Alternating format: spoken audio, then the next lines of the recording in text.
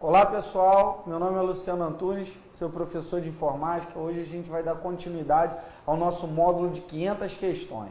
Então perceba, a aula passada nós fizemos da 16 até a 30, hoje nós vamos fazer da 31 até a 45. Então dá uma olhadinha, né, que a gente estava percorrendo, estávamos falando da ideia de internet, de redes, enfim. Agora vamos falar um pouquinho dentro da ideia de internet, da ideia de transmissão de dados, né, da velocidade de transmissão de dados, a ideia de bit-byte. Muita gente entende que isso é hardware, mas é um conceito pré-adquirido efetivamente para a ideia de internet e a ideia de redes, que vai dar a velocidade de transmissão na própria internet, na própria rede, ou o tamanho do arquivo, que é medido em byte, que é transmitido, enfim. Isso aí é importante. Então, vamos lá, olha para 31, olha o que ela mostra.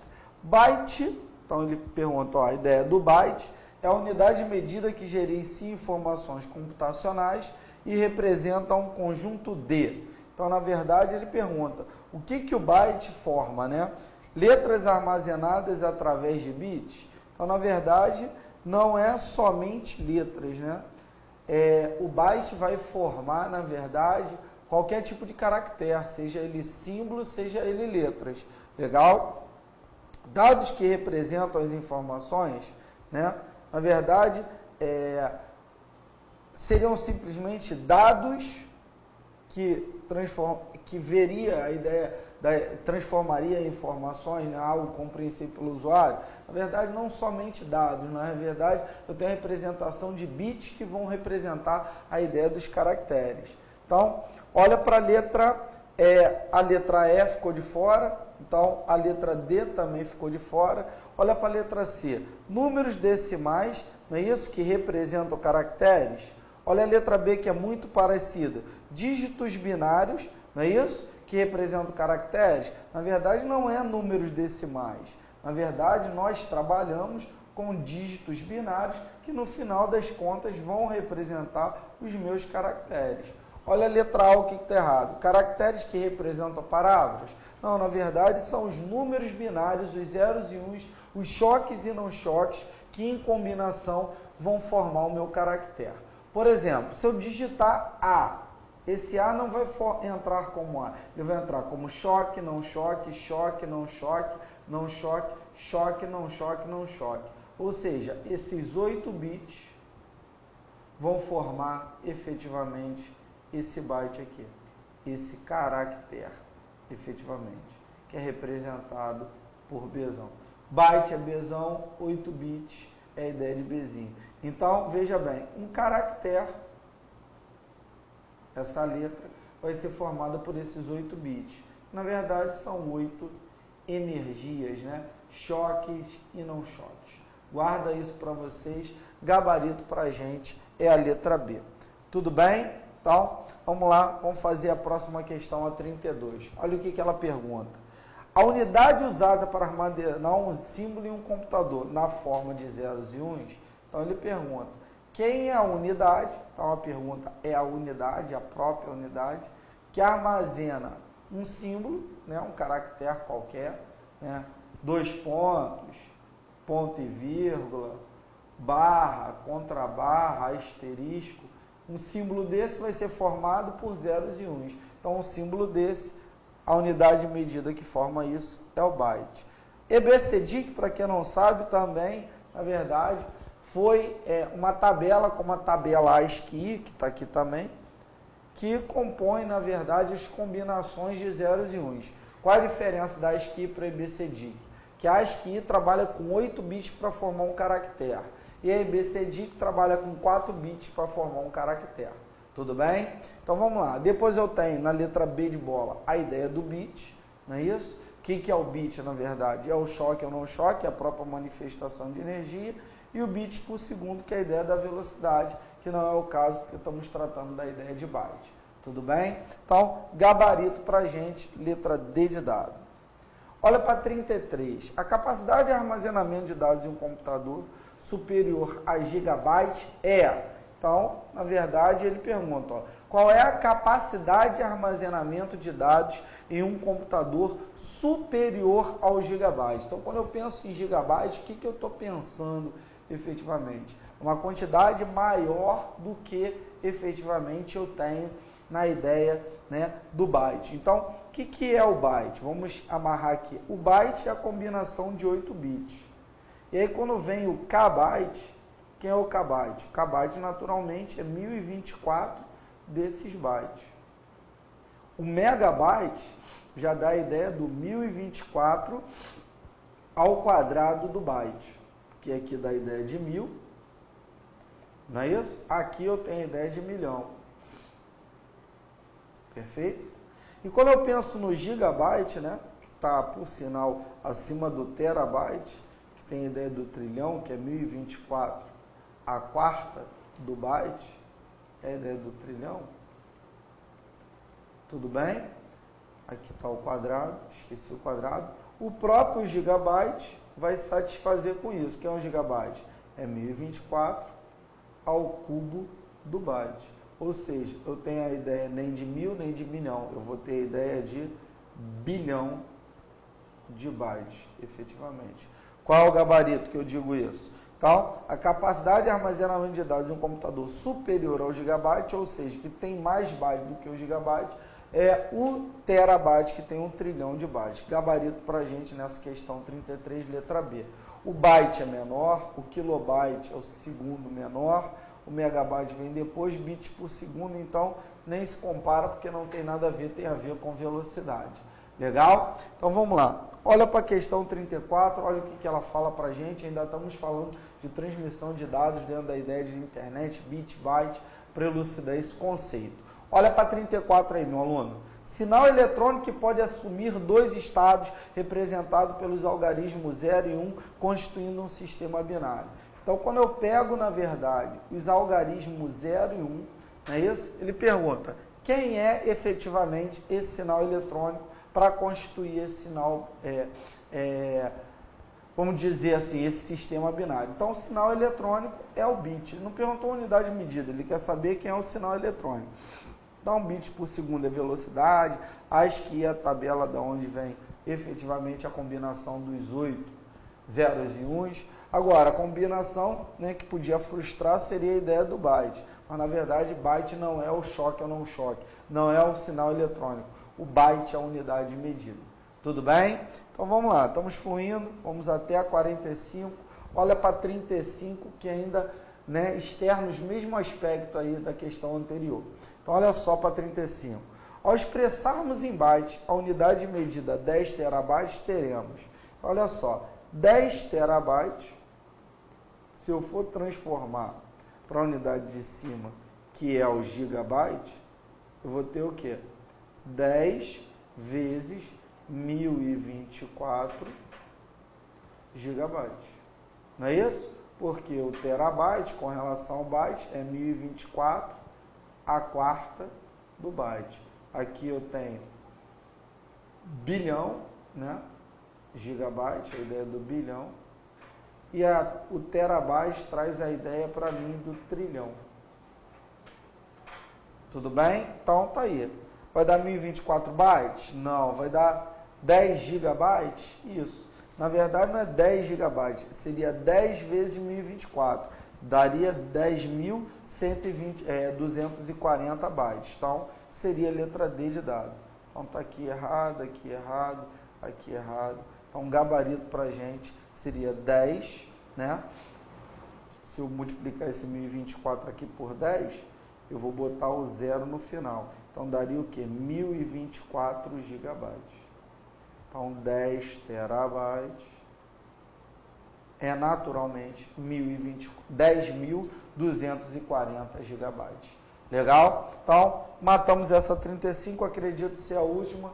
Perfeito, amarrando essa ideia de internet, transmissão de dados, velocidade, bit-byte. Então, a gente tem de byte o quê? A quantidade de informação que um arquivo tem, que uma música tem, um vídeo tem, uma foto tem, um documento de texto, uma planilha tem. Tá? Olha para 36. Entre os dois meios de transmissão, abaixo assinale aquele que não é guiado. Ou seja, qual é o sistema de transmissão que não tem cabo para guiar a informação? O cabo coaxial é o próprio cabo, o par trançado também é o próprio cabo. A linha telefônica é um cabo e a fibra ótica também é um cabo. Quando ele coloca para você não guiado, é que não tem cabo. Quem não tem cabo? O próprio sistema de micro-ondas. As ondas de curto alcance não têm cabo efetivamente. Então, o gabarito dessa 36 para a gente é letra C de casa. Olha para a 37, o que ela mostra? Ela monta um computador aí, né? Como a questão anterior também está falando de conexão sem fio, falou de ondas de curto alcance, não é isso? Essa 37 pergunta, ó, dos itens abaixo, aquele que não pode ser realizado nesse computador. Ou seja, o que esse computador efetivamente não faz, né, dentro da prática, né, dentro da teoria? Então, o que esse computador aí não faz? Executar um CD de áudio. Então, para executar um CD de áudio, ele teria que ter caixinha de som e placa de som. Vamos ver. Ele tem caixa de som e tem kit multimídia on-board, que vai vir a placa de som. Então, naturalmente, não é o que a gente está buscando.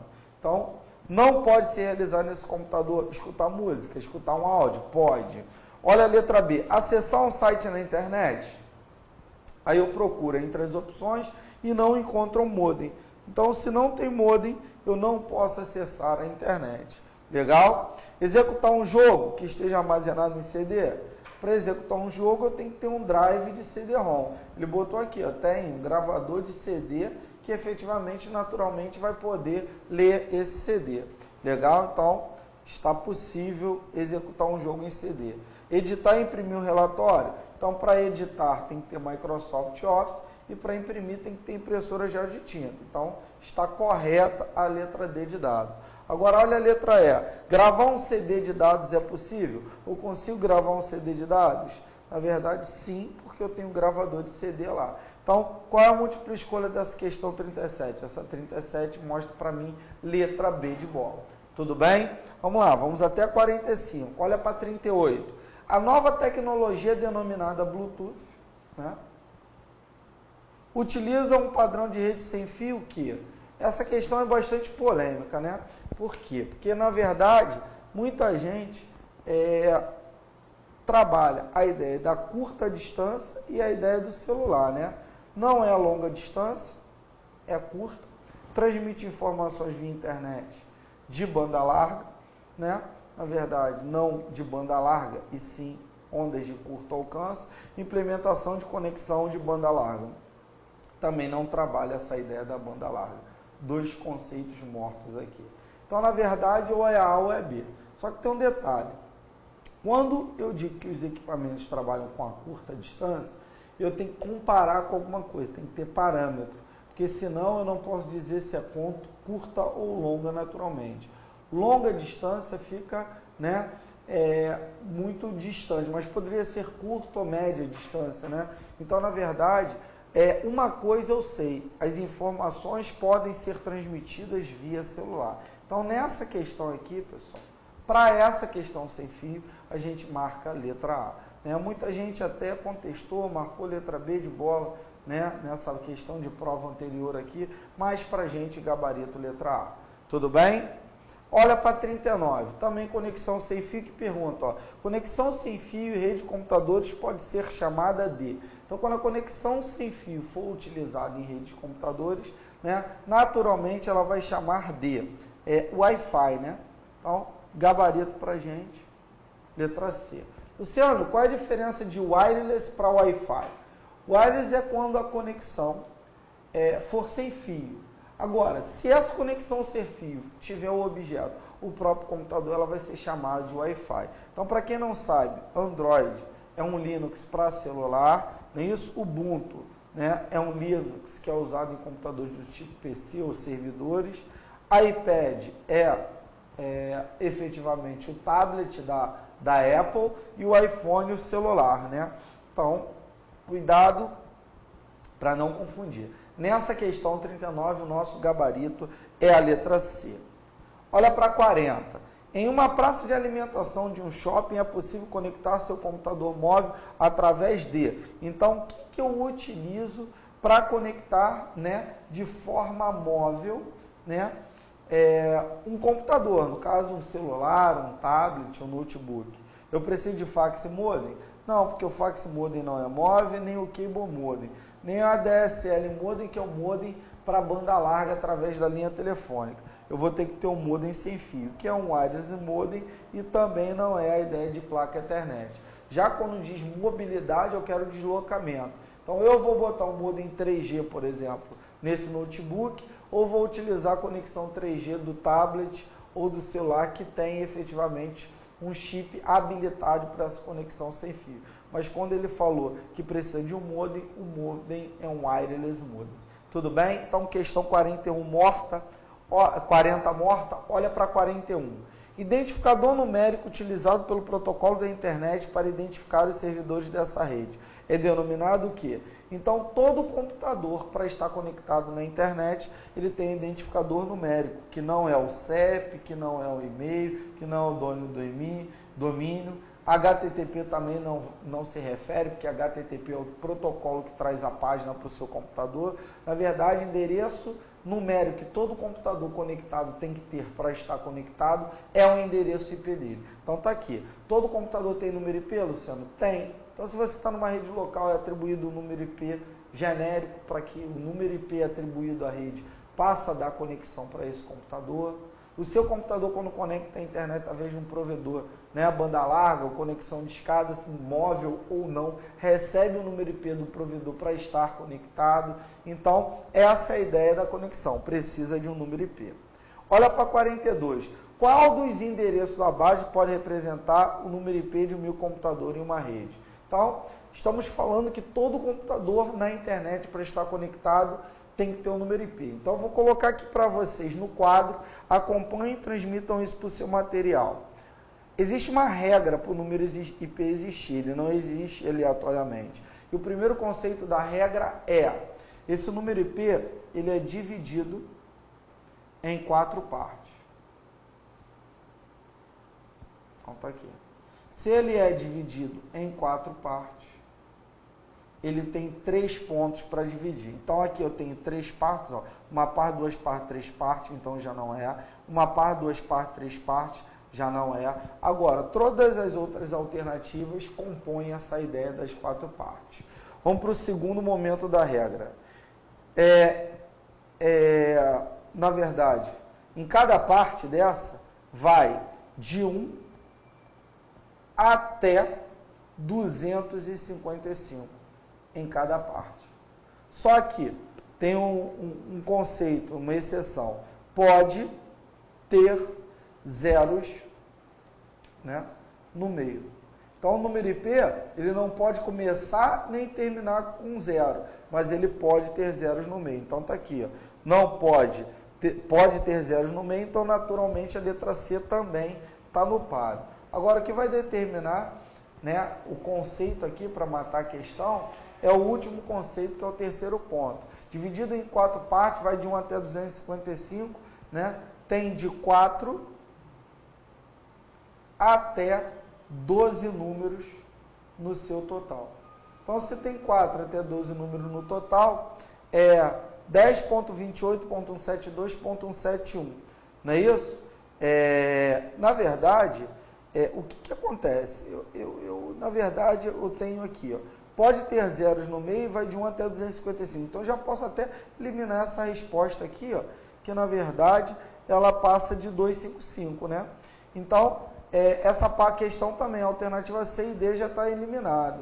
C e E, na verdade. A letra D contempla, ó, 2, 4, 7, 10 números. Então, tem de 4 a 12 números. Então, um gabarito para a gente é a letra D de dado. Então, essa identificação de número IP é um conceito clássico, muito importante aí para a sua prova. Não deixa de estudar, não. Então, 42 para a gente, letra D de dado. Tá? Olha para 43 o que ela regulamenta. Olha o que ela mostra para a gente. Analise as URLs abaixo. Então, o que ela pergunta para você? Olha só. Eu tenho, né, dentro das URLs, eu sei que isso daqui é uma URL num formato de nome, ou seja, isso daqui é um DNS.